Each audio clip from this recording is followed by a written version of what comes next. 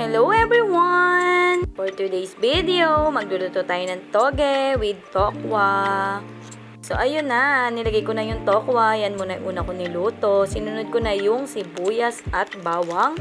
Medyo toasted na yung tokwa. Inilagay ko na rin sila for the halo na ang person. Tapos, sunod ko na inilagay yung mga toge. Ang mura lang nga pala na nagastos ko dyan. Yung tokwa is 15 pesos. Yung toge naman is 30 pesos. O, diba? Budget lang pag may time. Nilagay ko na nga pala yung tubig. Tapos, ayan, muntikan pa siyang hindi nagkasya. Siyempre, for the hirap ang person, inatay ko muna siyang mag-reduce. Ayan, nilagay ko na yung toyo. Ayan. At nilagyan ko lang ng pampalasa. Tapos yan, antayin na lang natin maluto. May timpla na yan, mga sister. O, diba? Tinamayan ko talaga ng sabaw kasi yung anak ko mahilig sa sabaw.